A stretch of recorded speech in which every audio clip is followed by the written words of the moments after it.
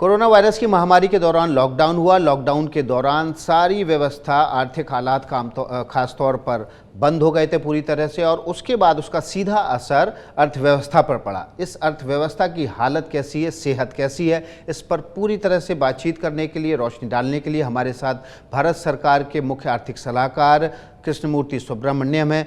हमारा जो मुख्य सवाल है वो यही है कि अभी जो हालात हैं अर्थव्यवस्था की सेहत कैसी है। तमाम तरह के अलग अलग एजेंसियां अलग अलग तरह से प्रेडिक्ट कर रही हैं, लेकिन आप इसको बहुत बारीकी से और पैनी नज़र से देख रहे हैं। अर्थव्यवस्था की सेहत कैसी है? विकास जी, हम यहाँ पर करीब करीब 60 आंकड़े, हाई फ्रीक्वेंसी इंडिकेटर जो बोलते हैं, उनको हम हर सप्ताह हम ट्रैक करते हैं। और इसमें हमने ये देखा है कि ये जो विकास की दर जो फर्स्ट क्वार्टर में आई है, ये एक वैश्विक महामारी के कारण है। यदि आप बाकी देशों की तुलना करें तो हमारे यहाँ पे जो लॉकडाउन हुआ था अप्रैल और मई के महीने में, वो लॉकडाउन बहुत ही सख्त था।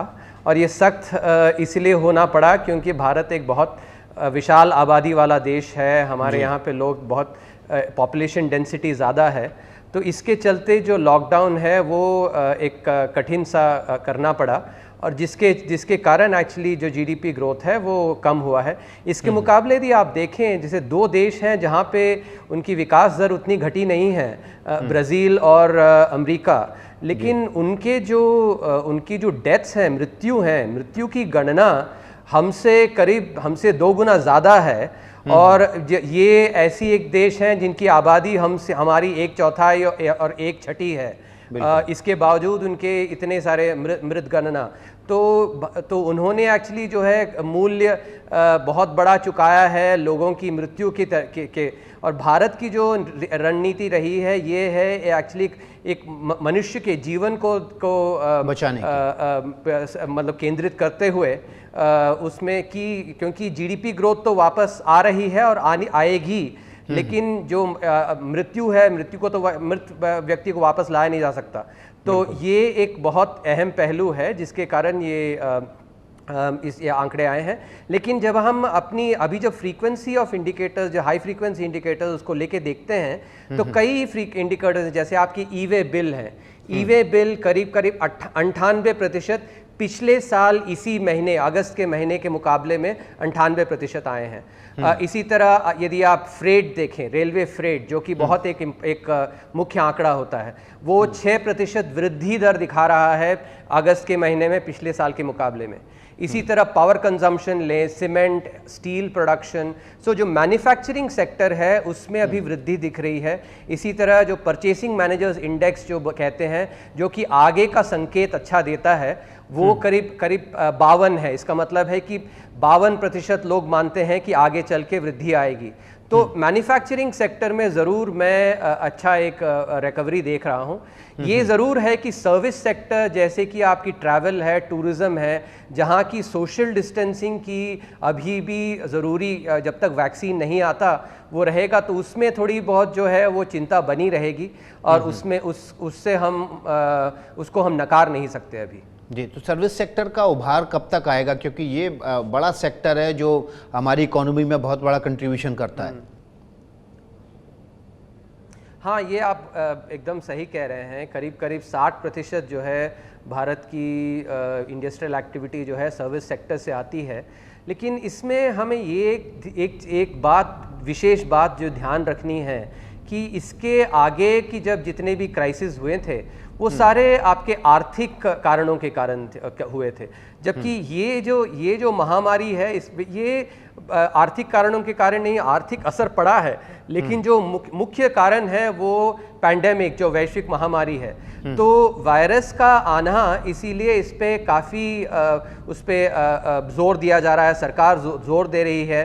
जो रशियन वैक्सीन है उसका टेस्ट किया जा रहा है, फेज 3 ट्रायल्स। इसी तरह जो ऑक्सफोर्ड यूनिवर्सिटी की जो वैक्सीन है, क्योंकि वैक्सीन जब आएगा और लोगों को इनोकुलेट किया जाएगा, तब हम अपना नॉर्मल जो जनजीवन है वो जब शुरू कर सकते हैं। तो स्वाभाविक है जो सर्विस सेक्टर है उसमें भी जो नॉर्मल सी है वो वापस आ जाएगी। जी सुब्रमण्यम जी, ये सवाल इसलिए भी अहम था क्योंकि सर्विस सेक्टर ही सबसे ज़्यादा रोज़गार भी देता है और अभी जो इस पैंडेमिक सिचुएशन में लॉकडाउन के दौरान तकरीबन 2 से ढाई करोड़ लोगों की नौकरियां गई हैं। जो मध्यम वर्ग है वो बुरी तरह प्रभावित हुआ है। जिनकी नौकरी बच भी गई तो उनकी तनख्वाहें जो हैं वो बहुत ज़्यादा उसमें कटौती की गई है। तो ये एक बड़ा सवाल ये है कि मिडिल क्लास जो है इससे बहुत बुरी तरह प्रभावित हुआ है, उसके लिए क्या कुछ करने जा रही है सरकार? सरकार इस विषय पे ज़रूर ध्यान दे रही है। जैसे मैंने कहा कि ये जो असर आया है ये काफ़ी तरह आपकी जो डिस्क्रिशनरी कंजम्पशन जो कहते हैं, जो कि एसेंशियल नहीं है, मतलब आवश्यक नहीं है, उस कंजम्पशन में हम जैसे लोग साधारण लोग रेस्टोरेंट नहीं जा रहे हैं तो उससे कंजम्पशन पे असर पड़ा है। और ये सोशल डिस्टेंसिंग के कारण, तो इस पे सरकार ज़रूर इसमें ध्यान दे रही है और इस पे काम कर रही है कि किस तरह इस संकट को कम किया जा सकता है। ये हमें जरूर ध्यान रखना है कि ये सिर्फ भारत का ही नहीं, सारे विश्व में ये जो है एक क्योंकि इतनी बड़ी शॉक है। और ये एक आंकड़ा आपको मैं दूंगा, जो विश्व में जितने देश हैं उन देशों में यदि जीडीपी पर कैपिटा जो घटेगी इस साल, ये देखा जाए तो 150 वर्षों में पहली बार ऐसा हो रहा है कि इतने देशों में घटेगा। तो ये एक वैश्विक एक सिचुएशन है जिसमें सरकार संकट को कम करने के लिए ज़रूर काम कर रही है और कदम लेके आएगी। जी, एक बड़ा अहम सवाल है प्रवासी मज़दूरों से जुड़ा हुआ। अब प्रवासी मज़दूरों ने वापस अपने उन शहरों और ठिकानों की ओर लौटना शुरू कर दिया है जहां उनको रोज़गार मिला करता था। लौट तो आ रहे हैं वो लोग, लेकिन वहां अभी भी रोज़गार नहीं है। अब ये जो सिचुएशन है ये बड़ी ख़तरनाक है क्योंकि वो आ जा रहे हैं, वहाँ पर रोज़गार है नहीं। ऐसी सूरत में उनके पास अब दूसरा रास्ता नहीं बचा, वो वापस भी अपने गांव नहीं जाना चाहते। गांव में आपने मनरेगा का बजट बढ़ा दिया है, काम बढ़ा दिया है, उसका गांव की इकॉनमी पर असर पड़ेगा, लेकिन शहर की इकॉनमी में जो प्रवासी मजदूर को काम मिलना चाहिए वो कब तक आपका असेसमेंट है, कब तक का प्रेडिक्शन है कि वो शुरू हो जाएगा, नॉर्मलाइज हो जाएगा? तो इसमें भी जैसे मैं पहले कह रहा था, इसमें भी सरकार ध्यान दे रही है और इसमें काम चल रहा है। जहाँ तक जो आंकड़े दिखा रहे हैं, आंकड़ों में नज़र आ रहा है कि लॉकडाउन में जो स्थिति थी उसके मुकाबले अभी नौकरियों की स्थिति जो गणना क्वांटिटी के उसमें एक्चुअली बेहतर एक सिचुएशन आया है, लेकिन जो वेजेस हैं वो घटे हैं। तो इसीलिए जो अर्बन एम्प्लॉयमेंट है उस पर सरकार काम कर रही है और जल्द ही मैं आशा करता हूं कि कुछ आएगा। आपको लगता है कि हमने देखा पार्लियामेंट में जवाब दिया सरकार ने कि करीबन 39,000 करोड़ रुपया पीएफ से निकाला लोगों ने इस दौरान, इस लॉकडाउन के पीरियड के दौरान। जाहिर तौर पर ये वो लोग रहे होंगे जिनके रोज़गार के अवसर छिन गए थे या जिनके पास नौकरियां नहीं थीं, जिनके पास आय का कोई स्रोत नहीं था। लगातार ये कहा जाता रहा कि सरकार को अब इकोनॉमी में पैसा डालना चाहिए ताकि वो इकोनॉमी में फ़्लो करे तो लोगों के पास पैसा पहुँचे, लेकिन लोगों को अपनी ही बचत का पैसा निकाल कर खर्च करना पड़ रहा है। देखिए, ये मैं ज़रूर इससे रिलेट कर सकता हूं क्योंकि मेरे पिताजी जो रेलवेज़ में काम करते थे उन्होंने भी कई बार प्रोविडेंट फंड की विड्रॉल करी है। तो अपना जो पूंजी है उसमें से निकाला है जब भी ऐसी आवश्यकता पड़ी थी। तो इसमें ये ध्यान देने योग्य है कि एक और आंकड़ा, जैसे आप PMJDY जो बैलेंसेस हैं, जब लॉकडाउन की स्थिति में PMJDY प्रधानमंत्री जनधन योजना की जो बैलेंसेस हैं वो करीब 20,000 करोड़ तक बढ़ी थी और ये करीब 40 करोड़ अकाउंट है। इसका मतलब है करीब 500 रुपया उसमें वृद्धि हुई थी।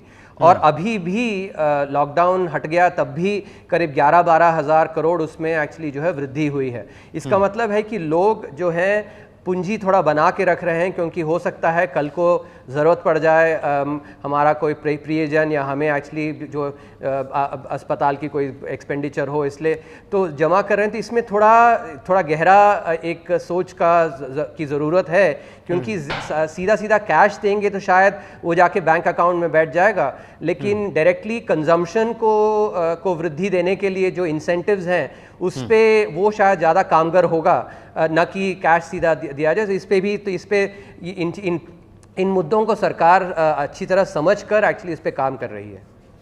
इस दौरान हमने देखा सुब्रमण्यम जी कि जो हेल्थ इंफ्रास्ट्रक्चर था उसको लेके कई चीज़ें सामने आई। देश में हेल्थ इंफ्रास्ट्रक्चर इतना मजबूत नहीं था कि वो इस पैंडेमिक को झेल पाए, लेकिन लॉकडाउन के दौरान सरकार ने कैपेसिटी बिल्डिंग की और कई इलाकों में इंफ्रास्ट्रक्चर खड़ा किया। लेकिन इस दौरान क्या ये असेसमेंट भी सामने आया कि लॉन्ग टर्म इंफ्रास्ट्रक्चर क्रिएट करने के लिए एक लॉन्ग टर्म योजना और नीति की ज़रूरत है हेल्थ सेक्टर में ख़ास तौर पर?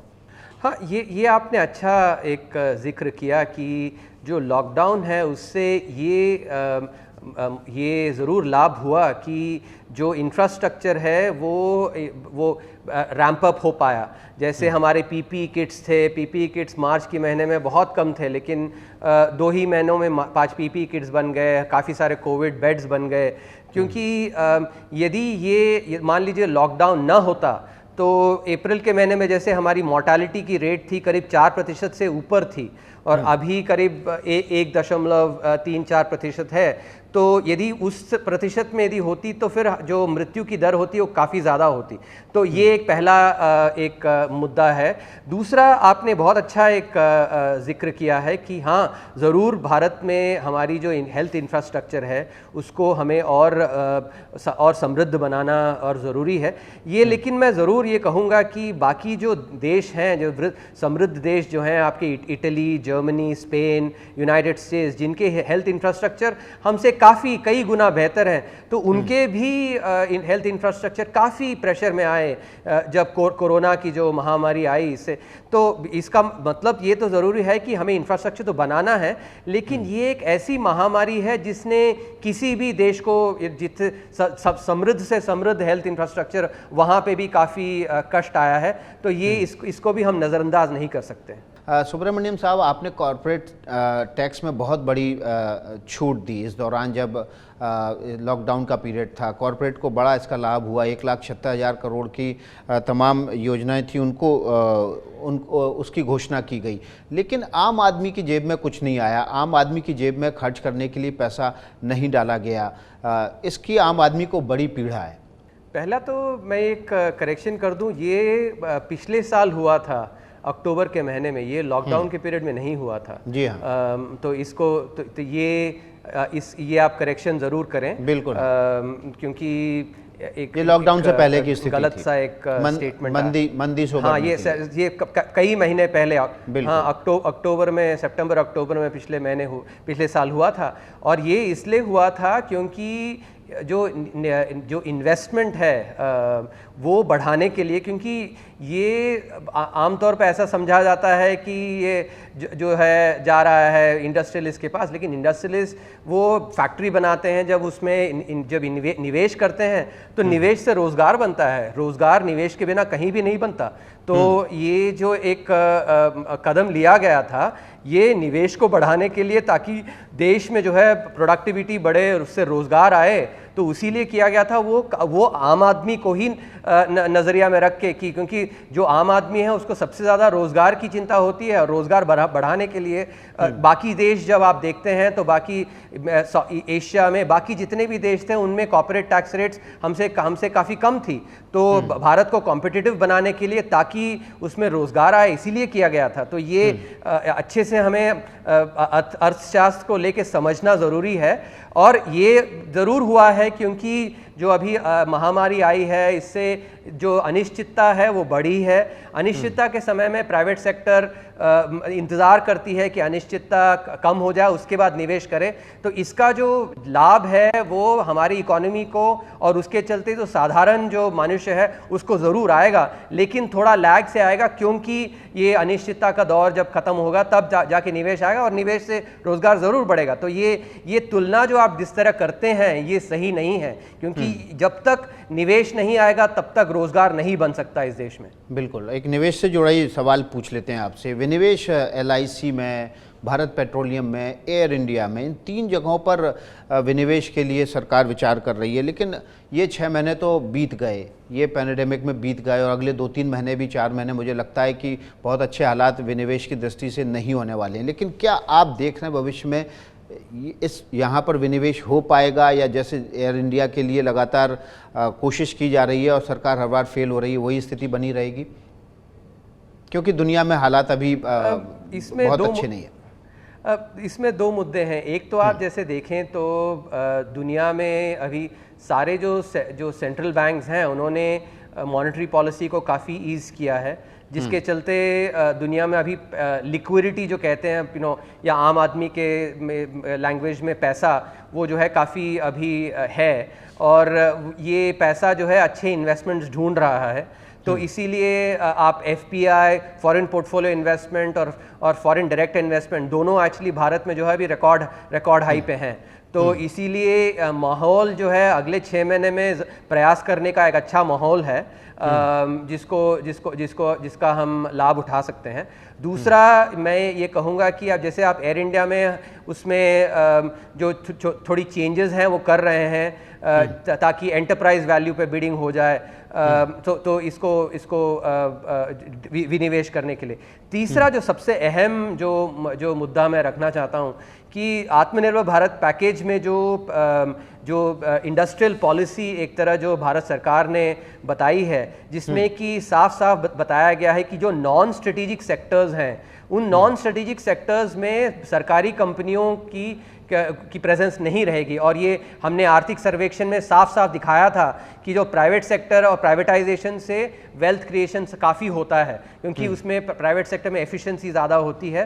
तो जो एक आध दो स्ट्रेटेजिक सेक्टर्स को छोड़ के बाकी सेक्टर्स में जो है सरकार विनिवेश करेगी, तो इससे आगे चल के जो है इसका जो मोमेंटम है ये ज़रूर बढ़ेगा। जी, एक आखिरी सवाल आपसे लेंगे। केंद्र की स्थिति आपने बता दी कि जो 7 पैरामीटर्स हैं आपके, जिनके बेसिस पे आप प्रेडिक्ट कर सकते हैं कि आने वाला समय अच्छा है, विकास दर में वृद्धि होगी। लेकिन राज्यों की एक शिकायत है, उनके पास खर्च का पैसा नहीं है, केंद्र सरकार भी उनको पैसा नहीं दे पा रही है। ये स्थिति जो है बड़ी बेढप सी स्थिति बनी हुई है, राज्य सरकार के पास खर्च करने के लिए पैसा नहीं है। ये दिक्कत कैसे दूर होगी? देखिए, मेरे हिसाब से, मैं अर्थशास्त्री के रूप में बोलता हूँ कि जब आप खर्च करना चाहें, सीधे दाहिने हाथ से खर्चा करें या बाएं हाथ से खर्चा करें, उसमें तो कोई फ़र्क नहीं पड़ता। तो अभी जो मुद्दा जो है वो कि हमें खर्च करना है कंजम्पशन को बूस्ट देने के लिए, और किस हाथ से खर्चा हो ये उतना अहम नहीं है। सुब्रमण्यम स्वामी साहब, इस समय लोन देने की बहुत ज़रूरत है। लगातार तमाम जो अर्थशास्त्री हैं वो भी ये मांग कर रहे हैं कि ज़्यादा से ज़्यादा लोन दिए जाएं ताकि इकोनॉमी में पैसा मिले, आत्मनिर्भर भारत के लिए भी लोन डिस्ट्रीब्यूट किए जाएं। ये इसको बढ़ाने की ज़रूरत है या बैंकिंग स्थिति जो है वो अलाउ नहीं कर रही है कि आप बहुत ज़्यादा लोन बांट पाएँ अभी? ये एक बहुत अच्छा सवाल आपने पूछा है कि हमारी जो बैंकिंग सेक्टर है, इसमें ये जो कोरोना अभी महामारी के चलते एक बहुत अच्छा एक अपॉर्चुनिटी है लीप फ्रॉग करने के लिए, डिसरप्शन लाने के लिए।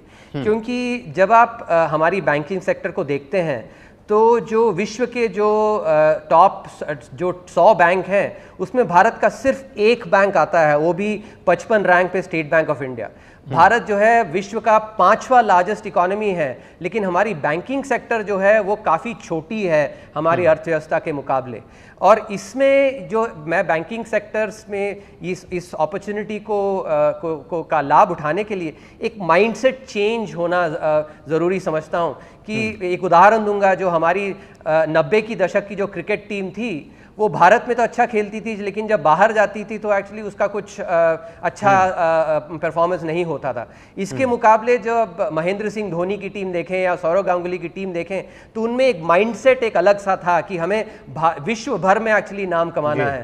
तो इसी तरह हमारी बैंकिंग सेक्टर को है जो है वो 90 की दशक की क्रिकेट टीम के जैसे ना सोचे, सौरव गांगुली और महेंद्र सिंह धोनी की टीम की तरह सोचना चाहिए, ताकि जो हमारी बैंकिंग सेक्टर है वो हमारी इकोनॉमी के मुकाबले आए, उसके बराबर आए और इतनी छोटी ना रहे। और तो उसमें कर्जा भी दें और एक्चुअली कर्जा ऐसा दें ताकि नॉन परफॉर्मिंग एसेट्स ना बने। बहुत बहुत धन्यवाद कृष्णमूर्ति सुब्रमण्यम जी, आपसे एबीपी न्यूज़ से जुड़ने के लिए। आपने आर्थिक मामलों पर रोशनी डाली और जो उम्मीद जताई है कि आने वाला वक्त जो है वो अच्छा होगा, बेहतर भविष्य की तरफ इशारा कर रहे हैं हालात।